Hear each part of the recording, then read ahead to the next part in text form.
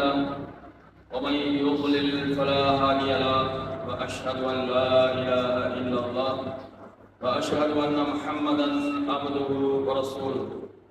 اللهم صل على محمد وعلى آل محمد كما صليت على إبراهيم وعلى آل إبراهيم إنك حميد مجيد. أما بعد، فقد قال الله تعالى في كتابه العزيز: أعوذ بالله من الشيطان الرجيم، لولا أخرتني إلى أجل قريب فأصدق وأكن من الصالحين ولن يؤخر الله نفسا إذا جاء أجلها والله خبير بما تعملون. وأيضا قال: يا أيها الإنسان ما غرك بربك الكريم الذي خلقك فسواك فعدلك بأي سورة ما شاء ركبك. அளவற்ற அருளாளனும் நிகரற்ற அன்புடையோனுமாகிய எல்லாம் வல்ல அல்லாஹ் சுப்ஹானஹு வ தஆலாவின் பெயரை கொண்டு ஜும்மா உரையை ஆரம்பம் செய்கிறேன். அனைத்து புகழும் அல்லாஹ் ஒருவனுக்கே சொந்தமாகும். அவன் தனித்தவன், இணை துணை இல்லாதவன், வணங்குவதற்கு தகுதியானவன் என்று உள்ளத்தால் உறுதி கொண்டு நாவால் சான்று வருகிறேன்.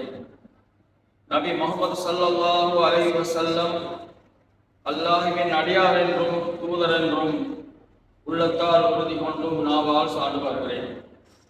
அல்லாஹ் சுப்ஹானஹு வ தஆலா அவருடைய தூதர் முஹம்மது ஸல்லல்லாஹு அலைஹி வஸல்லம் அவர்கள் மீதும் அன்னாரின் இளைஞர்கள், தோழர்கள், தொடர்ந்தவர்கள் அனைவர்கள் மீதும் அல்லாஹ் அவருடைய நல்லருளை என்றென்றும் செல்வானாக. அல்லாஹ்வின் நல்லடியார்களே, அல்லாஹ் சுப்ஹானஹு வ தஆலாவை அண்டிக் கொள்ளுமாறு எனக்கும் உங்களுக்கும் வசியத்து செய்கிறேன். இஸ்லாமிய சகோதரர்களே, அல்லாஹ்வின் நல்லடியார்களே, உம்மாவுடைய கடமையை நிறைவேற்றுவதற்காக இப்பள்ளிவாசலிலே நாம் அமர்ந்திருக்கிறோம். இந்த சந்தர்ப்பத்திலே கபருடைய வேதனை, அதிலிருந்து பாதுகாக்கப்படுகின்ற அம்சங்கள் பற்றிய சில விடயங்களை உங்களுக்கு மத்தியிலே எடுத்துரைப்பதற்கு ஆசைப்படுகிறேன். அல்லாஹ் சுப்ஹானஹு வ தஆலா குர்ஆனிலே கூறுகிறான்: லவ்லா அஸ்ஸர்தனி இலா அஜலின் கரீப் வஅஸ்ஸதக வஅகுன் மினஸ் ஸாலிஹீன் வலன் யுஅக்கிரல்லாஹு நஃப்ஸன் இதா ஜாஅ அஜலுஹா வல்லாஹு கபீரும் பிமா தஅமலூன். இஸ்லாமிய சகோதரர்களே, அல்லாஹ்வின் நல்லடியார்களே, நாம் இரண்டு வாழ்க்கைக்கு மத்தியில் வாழ்ந்து கொண்டிருக்கிறோம். ஒன்று இவ்வுலக வாழ்க்கையாகும், மற்ற ஒன்று மறுமை வாழ்க்கையாகும். இவ்வுலக வாழ்க்கை மிகவும் சுருக்கமானது, மறு உலக வாழ்க்கை மிகவும் நீண்டது, நெடியது.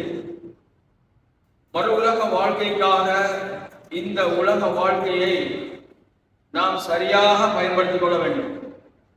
அல்லாஹ் சொல்லுகின்ற அடிப்படையிலும் அல்லாஹ்வுடைய தூதர் சொல்லுகின்ற அடிப்படையிலும் எங்களுடைய உலக வாழ்க்கையை சரியாக நாம் அமைத்துக் கொள்ள வேண்டும். அல்லாஹ் சுப்ஹானஹு வ தஆலா சொல்லுகிறான்: லவ்லா அஸ்ஸர்தனி இலா அஜலின் கரீப். அதாவது, ஒரு மனிதனுக்கு மரணம் சம்பவித்து விட்டால், மரண தருவாயில் இருக்கின்ற பொழுது, அவருடைய ரூஹ் பிரிய போகின்ற நிலையில் அவர் அல்லாஹ்விடத்திலே ஒரு மன்றாட்டத்தை மன்றாடுகிறார்.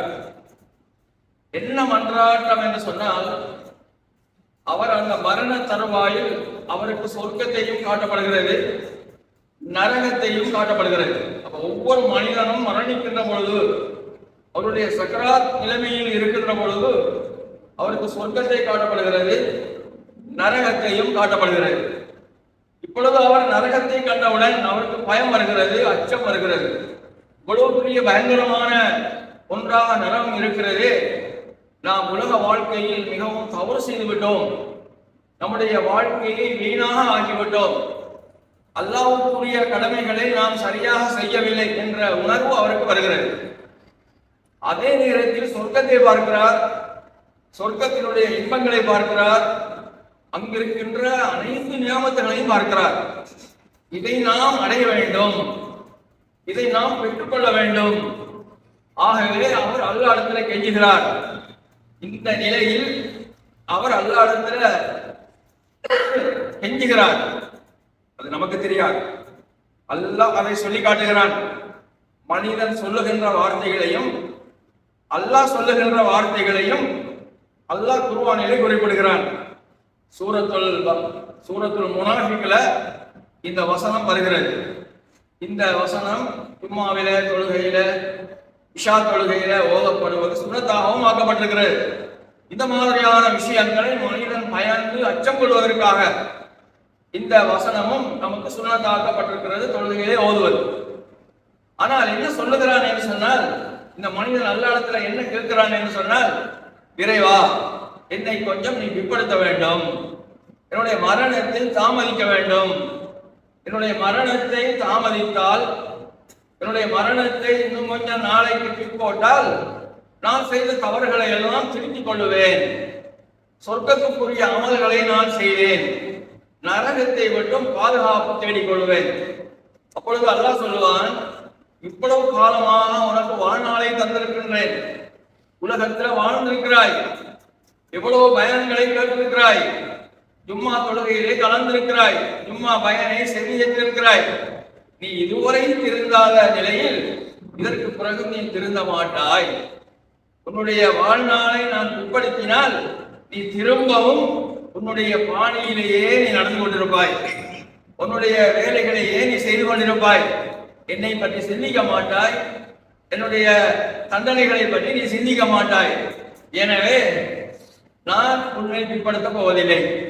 உன்னுடைய தவணை நெருங்கிவிட்டது. உனக்காக இந்த உலகத்தில் வாழக்கூடிய நாளை நாங்கள் நிர்ணயித்தோம். அந்த வாழ்நாள் இப்பொழுது வந்துவிட்டது. இதற்கு மேலாக உன்னை நாங்கள் பிற்படுத்துவதில்லை. 5 நிமிடம் கூட பிற்படுத்த மாட்டோம், ஒரு செகண்ட் கூட பிற்படுத்த மாட்டோம். உன்னுடைய மரணம் உன்னை வந்து அடைந்து விட்டது. ஆகவே சகோதரர்களே, இந்த நிலை நம்ம எல்லோருக்கும் இருக்கிறது. இந்த உலகத்தில் பிறந்த அனைத்து மனிதர்களுக்கும் இருக்கிறது. நாம் மரணத்தை தழுவக்கூடிய நேரத்தில் இப்படியான ஒரு நிகழ்வு நமக்கு நடக்கிறது. இந்த நிகழ்வை அல்லாஹ் சொல்லி காட்டுகிறான். அந்த நிகழ்வு வருவதற்கு முன்னால் நம்மை நாம் திருத்திக் கொள்ள வேண்டும். அல்லாஹ் சொல்லுகிறான், யா அய்யுஹல் இன்சான் மா கர்ரக பிரப்பிகல் கரீம் அல்லதி خلقك فسواك فعدلك في أي سورة ما شاء ركبك. இந்த வசனத்திலே அல்லாஹ் என்ன சொல்லுகிறான் என்று சொன்னால், மனிதா உன்னை ஏமாற்றியது எது என்று கேட்கிறான். இந்த உலகத்துல உன்னை ஏமாற்றி இருக்கிறது சில இந்த உலக வாழ்க்கை, இந்த உலகத்துல உள்ள இன்பங்கள் எல்லாம் உன்னை ஏமாற்றி இருக்கிறது. ஏன் இப்படி உன்னை ஏமாற்றியது? ரப்பிக்கல் கரீம், நானும் சங்கையான அல்லாஹ், என்னுடைய அற்புதங்கள் எல்லாம் இந்த உலகத்திலே நிறைந்திருக்கிறது. மனிதனை நான் படைத்திருக்கிறேன். இந்த உலகத்தில் உள்ள அனைத்து வளங்களையும் நான் மனிதனுக்கு படைத்திருக்கிறேன். இப்படியான சூழ்நிலையில், இந்த சூழ்நிலையில் நீ வாழ்ந்து கொண்டிருக்கின்ற பொழுது உன்னை ஏமாற்றியது எது என்று அல்லாஹ் இருக்கிறான். மனிதன் பார்க்கின்ற இடமெல்லாம் அவனுக்கு அத்தாட்சி இருக்கிறது. அல்லாஹ் ஒருவன் இருக்கிறான் என்பதற்கு ஆதாரம் இருக்கிறது. இவன் வாழுகின்ற பூமி கூட அல்லாஹ்வுடையது. அந்த பூமிக்கு மேலால் வானம் இருக்கிறது, அது மழையை பொழிவு செய்கிறது, அதுவும் அல்லாஹ்வுடையது. கடலும் அல்லாஹ்வுடையது. இப்படி பல அத்தாட்சிகள் மனிதனுக்கு இந்த உலகத்திலே இருந்து கொண்டிருக்கின்றன. அதனால் தான் அல்லாஹ் கேட்கிறான், உன்னை ஏமாற்றியது எது? பிரப்பிக்கல் கரீம் அல்லதி خلقك فسوى. இந்த ரப்பு உன்னை எப்படி செய்திருக்கிறான் என்று சொன்னால், உன்னை அழகாக படைத்திருக்கிறான். அல்லாஹ் சுப்ஹானஹு வ தஆலா சொல்லுகிறான், உன்னை நான் அழகாக படைத்திருக்கிறேன். எந்த இடத்தில் காது இருக்க வேண்டுமோ அந்த இடத்தில் காதை வைத்திருக்கிறேன். எந்த இடத்தில் முகம் இருக்க வேண்டுமோ அந்த இடத்தில் முகத்தை வைத்து படைத்திருக்கிறேன். எந்த இடத்தில் கை இருக்க வேண்டுமோ அந்த இடத்தில் கையை வைத்து படைத்திருக்கிறேன். எந்த இடத்தில் கண் இருக்க வேண்டுமோ அந்த இடத்தில் கண்ணை வைத்து படைத்திருக்கிறேன். இப்படி உன்னை நான் செம்மைப்படுத்தியிருக்கிறேன், அழகாக படைத்திருக்கிறேன், எந்த குறையும் இன்றி உன்னை நான் படைத்திருக்கிறேன். அல்லாஹ் சொல்லுகிறேன், இந்த மனிதனுக்கு சொல்லுகிறேன், நான் சங்கையான இறைவன், உன்னை மிகவும் சங்கையாக படைத்திருக்கிறேன். அந்த சங்கையாக படைத்திருக்கிறேன் என்பது என்ன தெரியுமா? மனிதனுக்கு தேவையான அனைத்தையும் அந்த உடலிலே படைத்திருக்கிறான். அந்த உடல் இயக்கங்களையும் ஆய்வு செய்து பார்த்தால் அதுவும் மிகப்பெரிய அற்புதமாக இருக்கிறது. மனிதனுக்கு ஈரல் இருக்கிறது, கிட்னி இருக்கிறது, நரம்பு இருக்கிறது, கல்லீரல் இருக்கிறது. இப்படியெல்லாம் பல உறுப்புகளை அல்லாஹ் படைத்திருக்கிறான். அதெல்லாம் அந்த அந்த நேரத்தில் தொழில்படுகின்றன. இல்லை என்று சொன்னால் மனிதன் வாழ முடியாது. மனிதனுடைய இரத்த ஓட்டம் கொஞ்சம் நின்று விட்டது என்று சொன்னால் மனிதன் மரணித்து விடுவான். அவனுடைய கிட்னி வேலை செய்யலை என்று சொன்னால் மனிதன் இந்த உலகத்தில் வாழ முடியாது, சாப்பிட முடியாது, உண்ண முடியாது, குடும்ப வாழ்க்கை நடத்த முடியாது. இப்படியெல்லாம் மனிதனிலே மிகப்பெரிய அற்புதங்களை அல்லாஹ் படைத்திருக்கிறான். அதனால்தான் அல்லாஹ் நம்மிடத்துல கேட்கிறான், மா கர்ரக பி ரப்பிக்கல் கரீம் அல்லதி ஹலகக ஃபஸப்பாக. உன்னை படைத்து உன்னை அழகாக படைத்திருக்கிறேன். அல்லாஹ் சொல்றான், நான் படைத்திருக்கிறேன், உன்னை எந்த குறையும் வைக்கவில்லை. அப்படியெல்லாம் படைத்திருக்கின்ற இந்த ரப்பாகிய என்னை நீ ஏன் இப்படி செய்கிறாய்? ஏன் இப்படி தவறு செய்கிறாய்? அல்லாஹ்வை திரும்பி கூட பார்க்காமல் இருக்கிறாய். அவனுடைய குர்ஆனை சிந்திக்கவில்லை, அவனுடைய நபியினுடைய ஹதீஸை சிந்திக்காமல் இருக்கிறாய். உன்னுடைய மனம் போன போக்கிலேயே போய்கொண்டிருக்கிறாய் என்று அல்லாஹ் தஆலா உணர்த்துகிறான். இந்த மனிதனுக்கு உணர்த்துகிறான். மனிதனுக்கு உணர்த்துகின்ற பொழுது இந்த மனிதன் சிந்திக்கக்கூடிய தன்மையும் அல்லாஹ் தஆலா கொடுத்திருக்கிறான். சும்மா மனிதனுக்கு உணர்த்தவில்லை. அல்லாஹ்வுடைய குர்ஆனை அவன் உணரக்கூடிய சக்தியை அல்லாஹ் கொடுத்திருக்கிறான். ஹதீஸை விளங்கக்கூடிய சக்தியை அல்லாஹ் கொடுத்திருக்கிறான். பயானை விளங்கக்கூடிய சக்தியை மனிதனுக்கு கொடுத்திருக்கிறான். கொடுத்து விட்டுத்தான் அல்லாஹ் சொல்லுகிறான், ஃபஸவ்வாக ஃபஅதலக. ஃபஅதலக என்று சொன்னால் மிக நுட்பமாக, மிக ஒழுங்காக உன்னை சீரமைத்திருக்கிறேன் என்று அல்லாஹ் சொல்லுகிறான். சொல்லிவிட்டு சொல்லுகிறான், ஐய ஷையின் சூரத்தின் மாசா ரக்கபக். நான் நினைத்திருந்தால் இப்போ உன்னை நான் நினைத்தபடி அழகாக படைத்திருக்கிறேன். வேறு மாதிரியும் உன்னை நான் படைத்திருக்கலாம். குரங்காக படைத்திருக்கலாம், பன்றியாக படைத்திருக்கலாம், மிருகங்களாக படைத்திருக்கலாம், பறவைகளாக படைத்திருக்கலாம், மரம் செடிகளாகவும் படைத்திருக்கலாம். அப்படியெல்லாம் உன்னை நான் படைக்காமல் மனிதனாக படைத்திருக்கிறேன், அழகாக படைத்திருக்கிறேன். என்னை நீ வணங்க வேண்டும், என்னுடைய கட்டளைக்கு அடிபணிய வேண்டும், என்னை நீ மறந்து விடக்கூடாது என்பதை அல்லாஹ் தஆலா இந்த வசனத்திலே உணர்த்துகிறான். சகோதரர்களே, நம்மை நாயாக படைத்திருந்தால் நம்முடைய நிலைமை என்ன? மிருகங்களாக படைத்திருந்தால் நம்முடைய நிலைமை என்ன? பன்றியாக படைத்திருந்தால் நம்முடைய நிலைமை என்ன? நாயாக படைத்திருந்தால் நம்முடைய நிலைமை என்ன? நமக்கு கௌரவம் இருக்கிறதா? கண்ணியம் இருக்கிறதா? இப்படியான ஒரு அழகான பள்ளிவாசலில் அல்லாஹ்வுடைய மாளிகையில் நமக்கு உட்கார முடியுமா? முடியவே முடியாது. இப்படியெல்லாம் கௌரவமாக, கண்ணியமாக நம்மை அல்லாஹ் தஆலா என்ன செய்திருக்கிறான் என்று சொன்னால் இந்த உலகத்திலே படைத்திருக்கிறான். ஆகவே மறுமை வாழ்க்கை ஒன்று இருக்கிறது. அந்த மறுமை வாழ்க்கையை நாம் சிந்திக்க வேண்டும். அதற்காக இந்த உலகத்திலே நாம் அமல் செய்ய வேண்டும். அல்லாஹ் சொல்கிறான், வமா ஹலக்துல் ஜின்ன வல் இன்ஸ இல்லா லியஅபுதூன். மனிதனையும் ஜின்னையும் என்னை வணங்குவதற்காக நான் படைத்திருக்கிறேன். அப்ப இந்த உலகத்துல அல்லாஹ் மனிதனை படைத்திருக்கிறான், ஜின்களையும் படைத்திருக்கிறான். இந்த இரண்டும் என்ன செய்ய வேண்டும் என்று சொன்னால் அல்லாஹ்வை வணங்க வேண்டும். அப்ப அல்லாஹ்வை வணங்க வேண்டும் என்று சொன்னால் நாம் காலையிலே எழுப்பி ஒரு திக்ரை ஓதினால் அது இபாதத்தாக மாறுகிறது. தொழுது விட்டோம் என்று சொன்னால் அது இபாதத்தாக மாறுகிறது. அதற்கு பின்னால் நாம் நம்முடைய தொழிலுக்கு செல்கிறோம், இபாதத்தாக மாறுகிறது. மலசர உடைகளுக்கு செல்கிறோம், அதுவும் இபாதத்தாக மாறுகிறது. வியாபாரத்தில் ஈடுபடுகிறோம், அதுவும் இபாதத்தாக மாறுகிறது. இப்படி நாம் செய்யக்கூடிய ஒவ்வொன்றும் இபாதத்தாகவே நமக்கு மாறுகிறது. அதிலே நமக்கு நன்மைகள் இருக்கின்றன, நம்முடைய தீமைகள் எல்லாம் அழிகின்றன.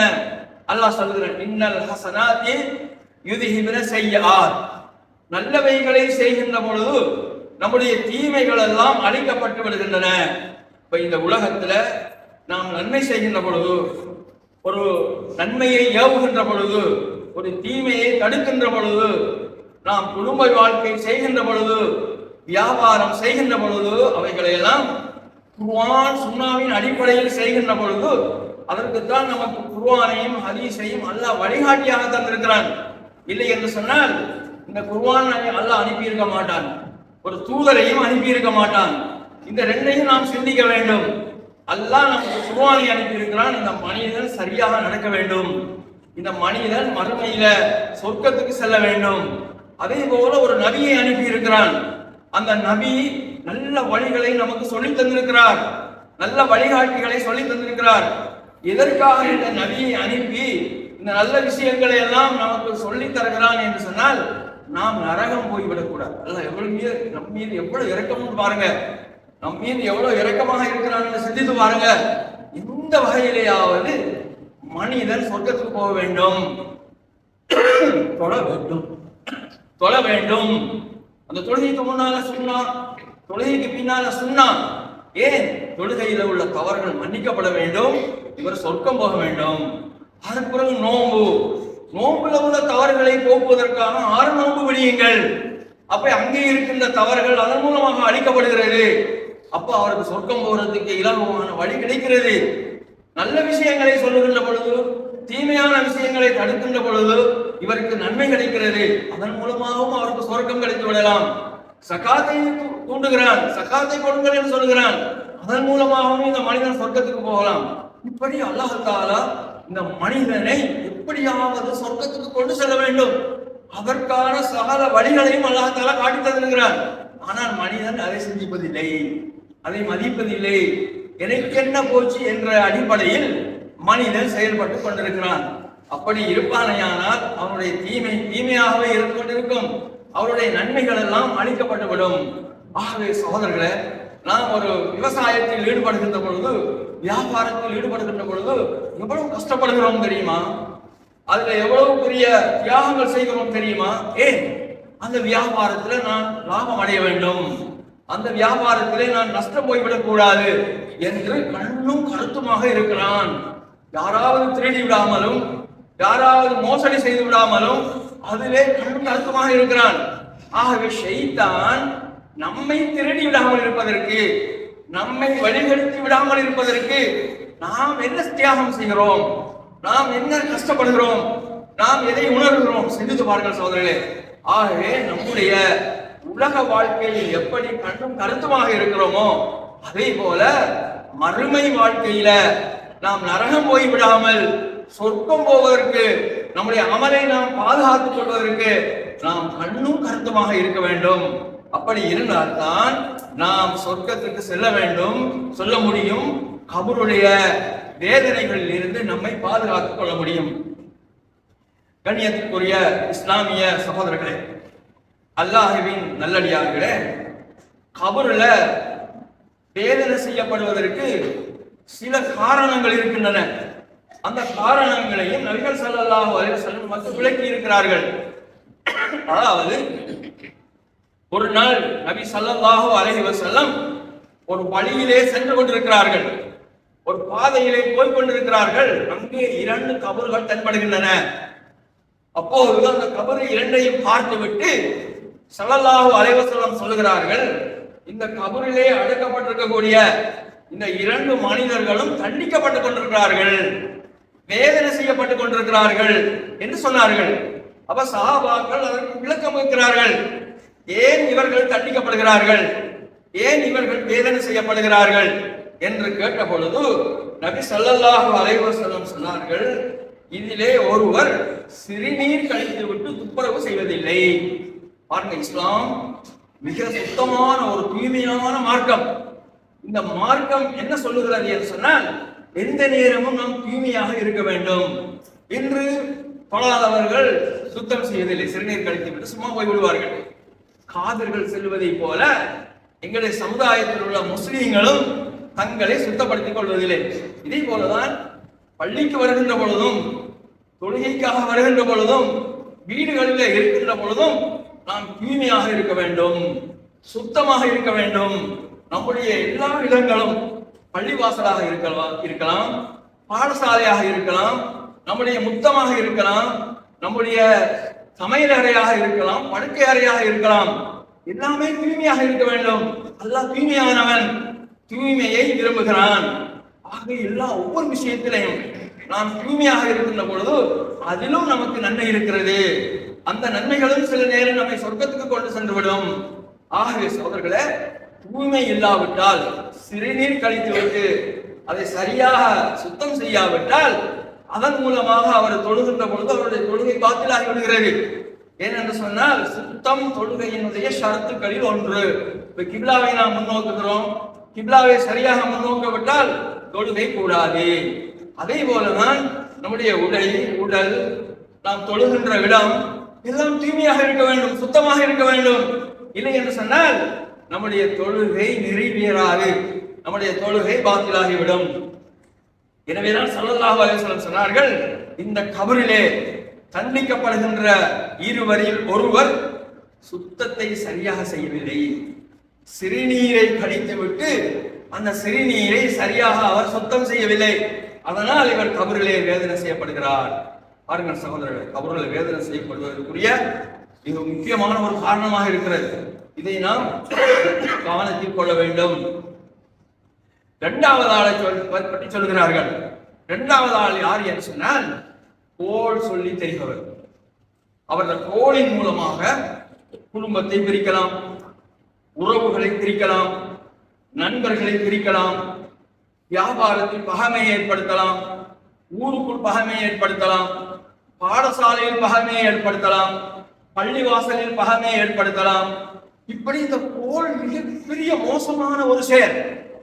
அதன் மூலமாக இந்த முஸ்லிம்களை குழப்பத்துக்குள் ஆக்கலாம், அவர்களை சரியாக செயல்பட விடாமல் ஆக்கலாம், ஒற்றுமையை அப்படியே கெடுத்து விடலாம். எனவேதான் இந்த கோல் சொல்லுகின்ற, இந்த கோலை பரப்புகின்றவர் தான் இவர். இதை அவர் செய்ததினால் இந்த கபரிலே அவர் தண்டிக்கப்பட்டுக் கொண்டிருக்கிறார் என்று நபிகள் ஸல்லல்லாஹு அலைஹி வஸல்லம் சொன்னார்கள்.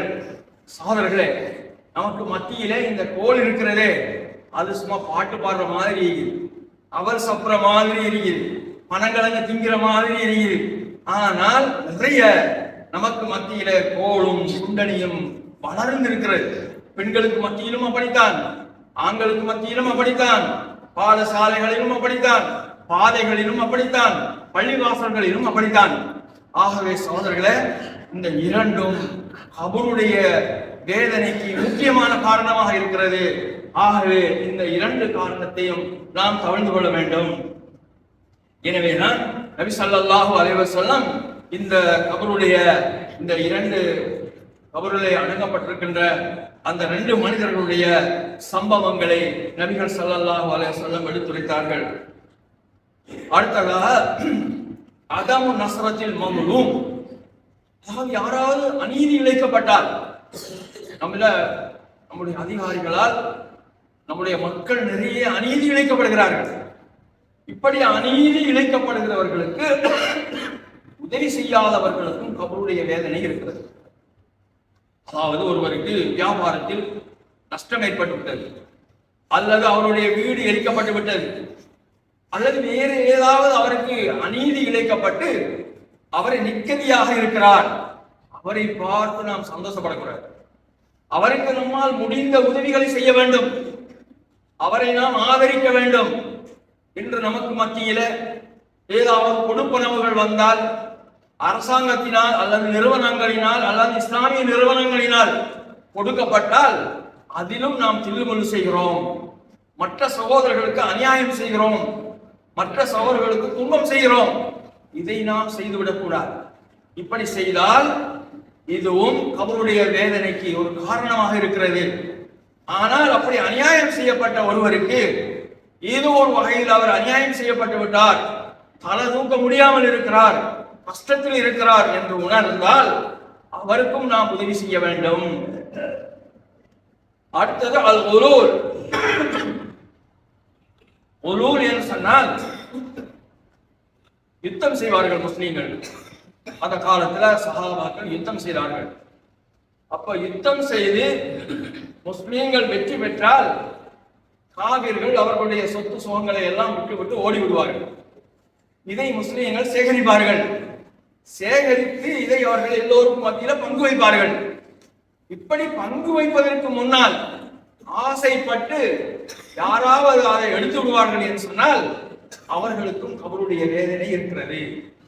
அப்ப இது இஸ்லாமிய யுத்தத்தில் காபிர்களை தோற்கடித்து அவர்களை விரண்டோட செய்து அவருடைய சொத்துக்களை அல்லாஹ் இவர்களுக்கு ஹலாலாக்கி வைத்திருக்கிறான், சஹாபாக்களுக்கு ஹலாலாக்கி வைத்திருக்கிறான். அதை கூட எடுக்கின்ற பொழுது பங்கு வைத்து சரியாக பிரிக்க வேண்டும். அப்படி பிரிக்கவில்லை என்று சொன்னால் அவர்களுக்கும் கபருடைய வேதனை இருக்கிறது.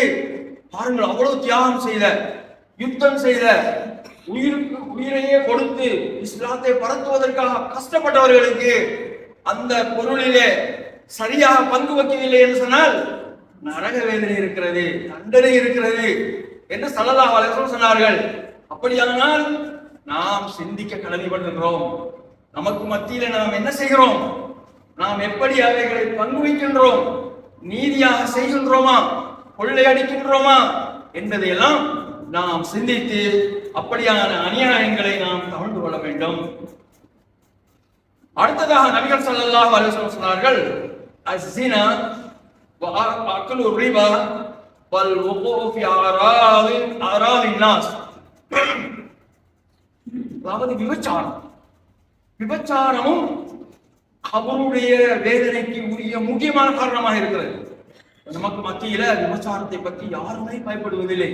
அல்லாஹ் சொல்லுகிறான், லா தக்ரபு ஸினா, ஸினாவை நினைத்து கூட பார்க்காத, அதை மனதில் சிந்திக்கவும் கூடாது என்று அல்லாஹ் சொல்லுகிறான். அப்ப எந்த அளவு அல்லாஹ் தஆலா இந்த விபச்சாரத்தை தடுக்கிறான் என்பதை சிந்தித்து பாருங்கள்.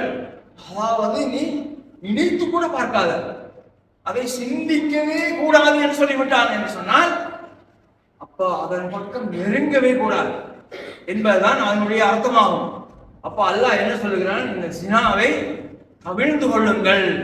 அதனால் பெரிய விபரீதம் ஏற்படுகிறது. என்ன, ஸினாவில் ஒரு குழந்தை பிறந்து விட்டால் உண்மையான குழந்தைகளுக்கு செல்ல வேண்டிய சொத்துக்கள் அந்த ஸினாவில் பிறந்த பிள்ளைக்கு செல்கிறது. அப்ப இந்த பெற்றோர்கள் பெரிய அநியாயம் செய்து விட்டார்கள். அப்ப அவங்க ரெண்டு பேருக்கு தான் தெரியும் அந்த பிள்ளை யாருக்கு பிறந்தது என்று.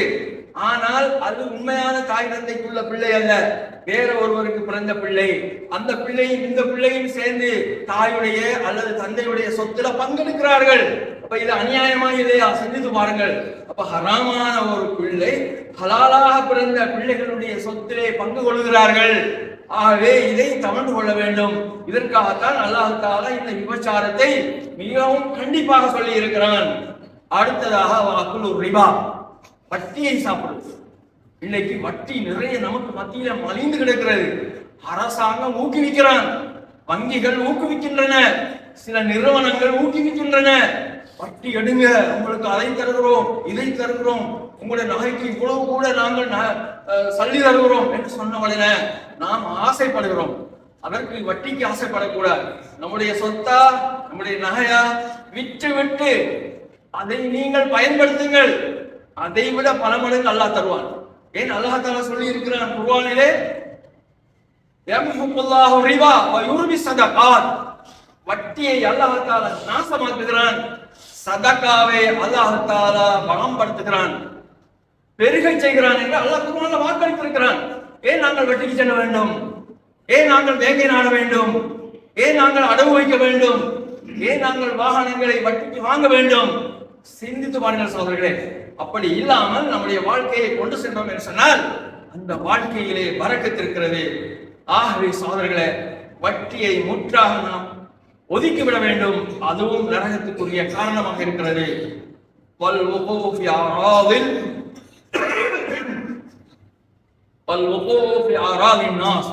மனிதனுடைய மானத்தில் கை வைப்பது.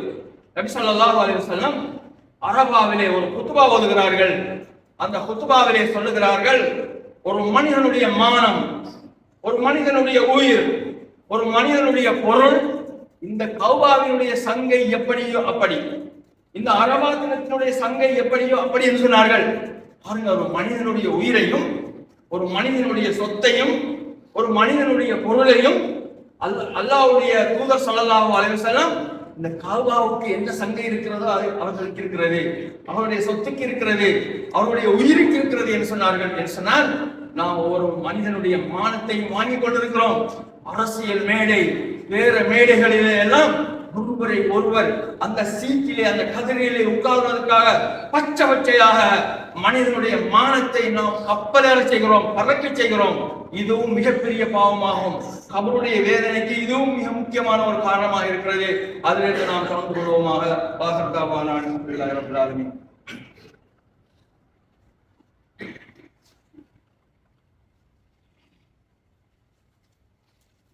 அல்ஹம்துலில்லாஹி ரப்பில் ஆலமீன் வல் ஆகிபத்து லில் முத்தகீன் வலா உத்வான இல்லா அலல் ஸாலிமீன் வஸ்ஸலாத்து வஸ்ஸலாமு அலா நபியினா முஹம்மத் வ அலா ஆலிஹி வ அஸ்ஹாபிஹி அஜ்மஈன். அம்மா பஅத்.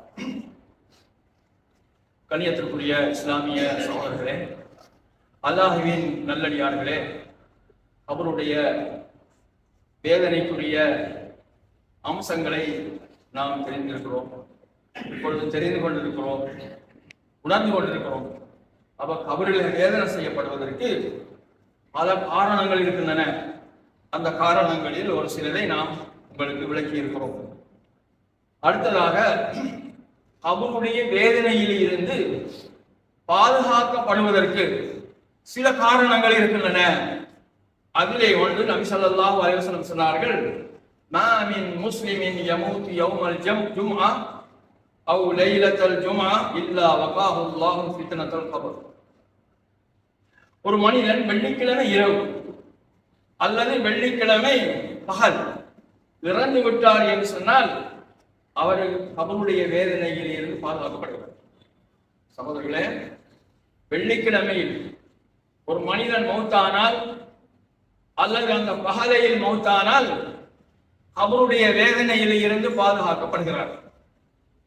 அந்த மாதிரி மரணிப்பதற்கு நம்முடைய அமல்களை நாம் சரியாக செய்ய வேண்டும், நம்முடைய நடத்தைகளை நாம் சரியாக ஆக்கிக் கொள்ள வேண்டும், நம்முடைய வியாபாரத்தை நாம் சரியாக ஆக்கிக் கொள்ள வேண்டும், நம்முடைய குடும்ப வாழ்க்கையை நாம் சரியாக ஆக்கிக் கொள்ள வேண்டும். இப்படி நாம் ஆக்கிக் கொண்டோம் என்று சொன்னால் அல்லாஹ் நாடினால் வெள்ளிக்கிழமையில நமக்கு மரணம் ஏற்படும். அந்த மரணத்தின் மூலமாக நம்முடைய கபரிலே உள்ள ஃபித்னாக்கள் பாதுகாக்கப்படுகின்றன. வமன் கத்தலஹு பத்னுஹு உகிய மின் அஸாபில் கபர்.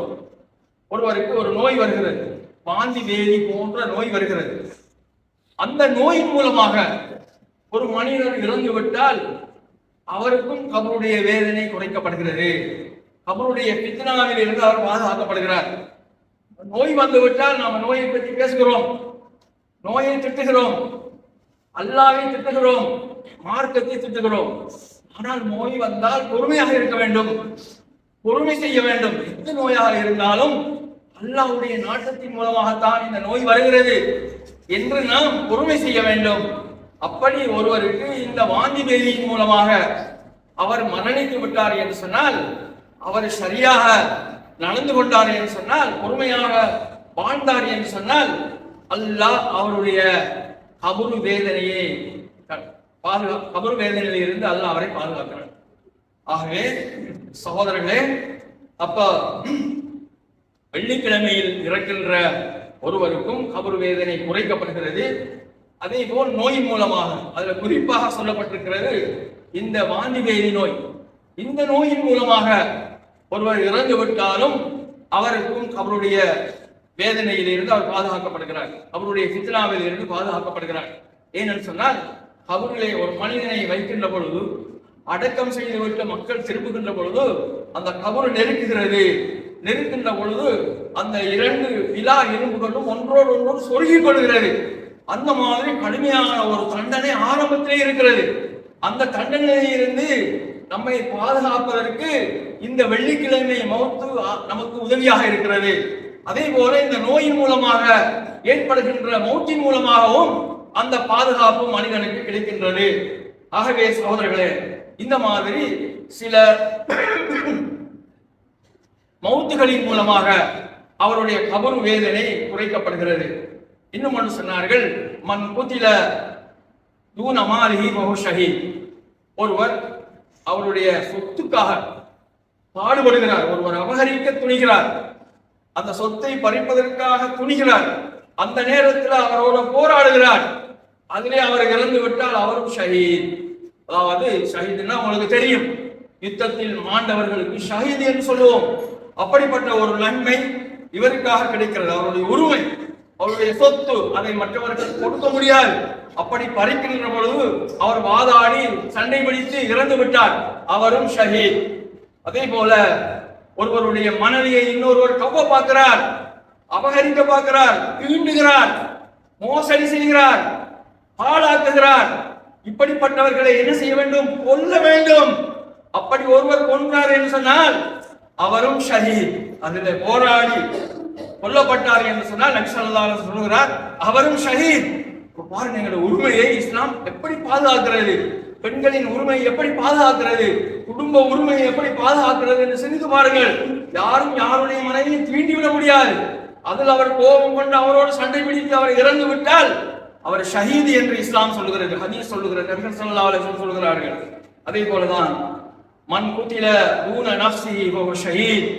யாராவது ஒருவரை கொலை செய்ய வருகின்ற பொழுது, அநியாயமாக, அக்கிரமமாக, மோசடியாக கொலை செய்ய வருகின்ற பொழுது தன்னுடைய உயிரை பாதுகாப்பதற்காக பாடுபடுகிறார், அந்த நேரத்தில் கொல்லப்படுகிறார், அவரும் ஷஹீத் என்று நபிகள் ஸல்லல்லாஹு அலைஹி வஸல்லம் சொன்னார்கள். ஆகவே கண்ணியத்திற்குரிய இஸ்லாமிய சகோதரர்களே, அல்லாஹ்வின் நல்லடியார்களே, ஜும்மா என்பது பயானை கேட்டுவிட்டு செல்வது மட்டுமல்ல, அதில் கேட்கின்ற பயான்களை நம்முடைய வாழ்க்கையிலே பயன்படுத்த வேண்டும். அவர்தான் உண்மையான மூமின். எனவே எல்லாம் வல்ல அல்லாஹ் தஆலா நம் அனைவரையும் உண்மையான மூமினாக மரணிக்க செய்வானாக. வாஹிரு தாவானா அல்ஹம்துலில்லாஹி ரப்பில் ஆலமீன். வதுகுருல்லாஹ தஆலா யذكركم வஷ்குருஹு அலா நிஅமிஹி யஸிதுக்கும் வலதிகுருல்லாஹி அக்பர் வல்லாஹு யஅலமு மா தஸ்னஊன்.